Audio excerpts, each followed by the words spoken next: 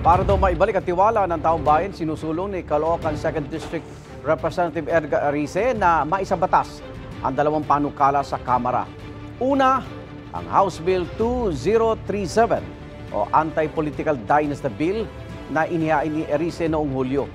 Sa ilalim nito, pinapanukalang limitahan sa dalawang magkamag-anak na pwedeng maupo sa gobyerno. Ikalawa naman ang House Bill 4453 na inihain ng 13 kongresista noong Setyembre. Lalayong bigyan ng pangil ang Independent Commission for Infrastructure na nag-iimbestiga sa flood control projects. Kabilang sa panukalang dagdag na kapangyarihan ay pagpapakontempt, pagpapasabina at pagkaroon ng unrestricted access sa lahat ng records ng gobyerno.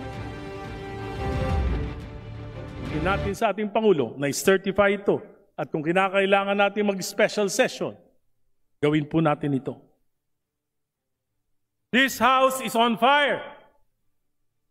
Yes, Madam Speaker, this House is on fire.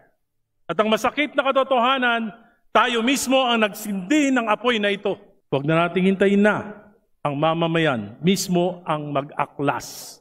O ang kasundaluhan ang gumawa ng mga bagay na yayanig sa ating demokrating pamumuhay.